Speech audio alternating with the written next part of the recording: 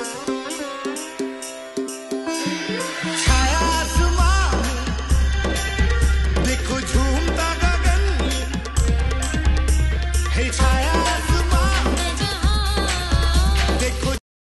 বন্ধুরা, Sutapa's kitchen with ব্লগে সবাইকে স্বাগত। আজকে আমি বানাবো রথযাত্রা স্পেশাল জগন্নাথ দেবের একটি খুব প্রিয় খাবার, সেটা হচ্ছে বল্লভ। আমি এখানে নিয়ে নিয়েছি আটা, প্যানে বসিয়ে দিয়েছি ঘি, আর এখানে বসিয়ে দিয়েছি অল্প করে চিনি দিয়ে একটা চিনির শিরা মতো, খুব অল্প চিনি দিয়ে। আর এই তিনটে উপকরণই হবে। তো এই চিনির শিরাটা হতে থাক, ততক্ষণে আমি এখানে ঘি দিয়ে দিয়েছি, এর মধ্যে এই আটাটা দিয়ে দেবো।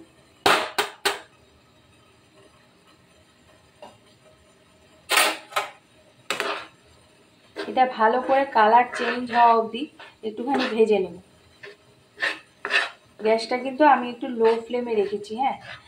আর ঘিটা তো যতটা বানাবে, আটা যতটা দেবে সেই অনুযায়ী একটা আন্দাজ মতো দেবে। তো এটা হতে থাক। এটা জগন্নাথ দেবের খুব ফেভারিট খাবার বলেই জানি, যখন পুরীতে গেছিলাম তখন শুনেছিলাম। তো আমি এখানে বানাচ্ছি আজকে, তাই ভাবলাম একটু শেয়ার করি রথযাত্রা স্পেশাল হিসেবে। এটা একটু ভেজে নিই।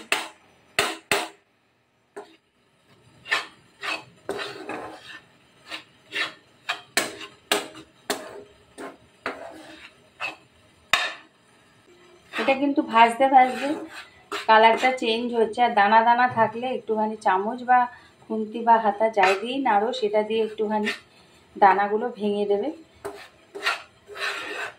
আর একটু কালারটা চেঞ্জ হবে এটা।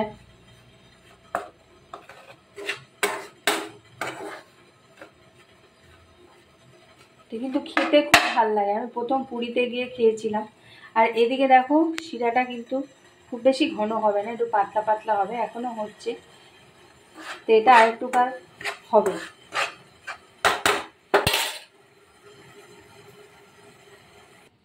এটার কিন্তু কালারটা চেঞ্জ হয়ে গেছে। আমি শিরাটা গ্যাসটা বন্ধ করে দিয়েছি ওদিকের ওভেনটা, এবার এটা এর মধ্যে দিয়ে দেবো।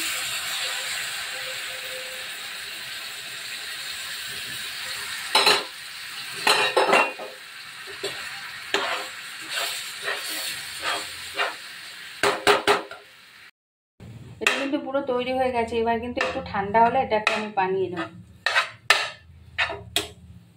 গ্যাসটা নিভিয়ে দিলাম। আমি হাতে একটু ঘি মাখিয়ে নিয়েছি, তারপর আমি এগুলো একটু গোল গোল করে বানিয়ে নেব।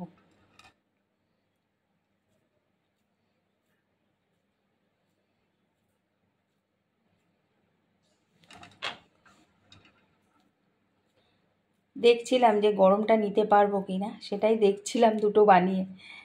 তো এই যে এইভাবে বানিয়ে নেবো সব কটা।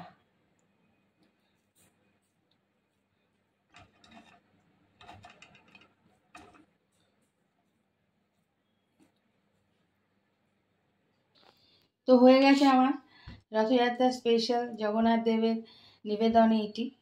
যদি তোমাদের ভালো লাগে তাহলে সাথে থেকো। এতক্ষণ সাথে থাকার জন্য সকলকে অসংখ্য ধন্যবাদ। আসবো পরবর্তী কোনো ভিডিও নিয়ে, ততক্ষণ সবাই ভালো থেকো।